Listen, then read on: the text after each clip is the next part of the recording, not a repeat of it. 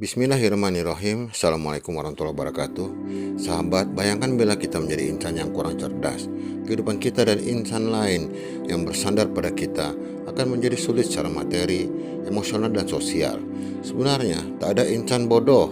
Tiap insan punya kelebihan di suatu bidang. Perlu waktu dan usaha untuk menemukan, mengasah, dan mengembangkan kelebihan yang insya Allah dapat membuat hidup menjadi lebih baik dan bermakna.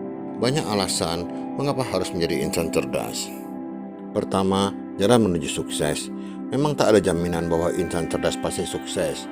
Insan jenius sekalipun belum tentu sukses.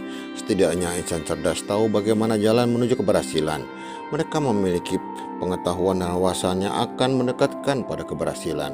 Tapi jika kurang cerdas, akan perlu proses yang lebih sulit, lama, dan panjang untuk mencapai sukses. Kedua, tak diremehkan. Insan yang dianggap kurang cerdas sering diremehkan karena tak mampu memberi kontribusi positif bagi lingkungannya. Ini akan menyebabkan mereka semakin minder, yang akan semakin diremehkan, bahkan akan tersisih dari pergaulan. Ini sebabnya mengapa kita harus menjadi insan cerdas. Kita akan mampu memberi sumbangan positif untuk diri sendiri, keluarga, dan masyarakat. Dengan pengetahuan dan wawasan yang baik, kita akan ditempatkan pada posisi terhormat di masyarakat. Inilah cara masyarakat memberi penghargaan dan pengakuan terhadap insan cerdas. Ketiga, banyak teman. Tiap insan senang punya teman insan cerdas.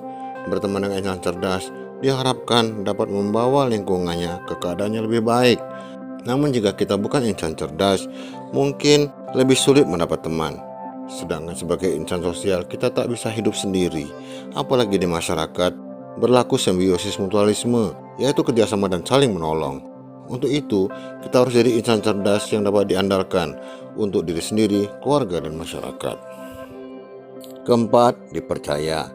Insan cerdas akan menjadi tempat bertanya dan meminta pertimbangan. Pendapatnya menjadi acuan untuk pengambilan keputusan. Dia menjadi insan yang dipercaya oleh lingkungannya, dapat memberi sumbangan positif. Tapi bagaimana jika kita kurang cerdas? Tentu sulit membangun kepercayaan. Kelima, menjadi pemimpin. Seorang pemimpin, baik formal maupun informal, jelas membutuhkan kecerdasan. Pemimpin biasanya muncul dari masyarakatnya karena ada kepercayaan dan pengakuan masyarakat terhadap kemampuannya, termasuk kecerdasannya. Insan cerdas dapat menjadi panutan dan teladan. Kecerdasan memunculkan wibawa, daya tarik, dan kepercayaan, sehingga saran, pendapat, dan keputusannya akan diikuti. Keenam, penuh harapan. Kecerdasan akan menambah pengetahuan, pemahaman, dan wawasan yang akan memunculkan harapan tinggi dan peluang besar untuk kehidupan yang lebih baik.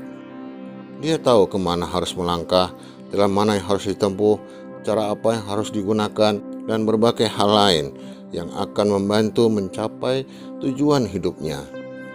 Insan cerdas punya keberanian menetapkan target dan harapan tinggi. Jika kita kurang cerdas, mungkin target dan harapan akan lebih rendah sesuai kecerdasan kita. Bahkan mungkin tak masuk akal, atau mungkin kita menjalani hidup sekedarnya saja. Ketujuh, pekerjaan selesai dengan baik. Jika tak punya kecerdasan, minimal sesuai kebutuhan, pekerjaan kita mungkin akan selesai, tapi perlu waktu lebih lama dan cara lebih sulit. Bahkan mungkin mutu hasil kerja akan kurang memuaskan, yang berdampak pada persepsi atasan dan rekan kerja.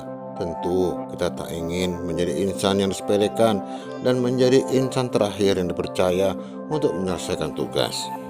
Sahabat, carilah alasan kuat mengapa harus cerdas sesuai situasi, kondisi, dan kebutuhan yang ada. Ini akan menjadi motivasi kuat untuk menjadi lebih cerdas.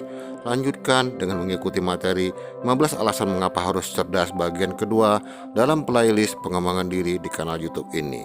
Selamat berusaha, semoga sukses. Amin. Wassalamualaikum warahmatullahi wabarakatuh.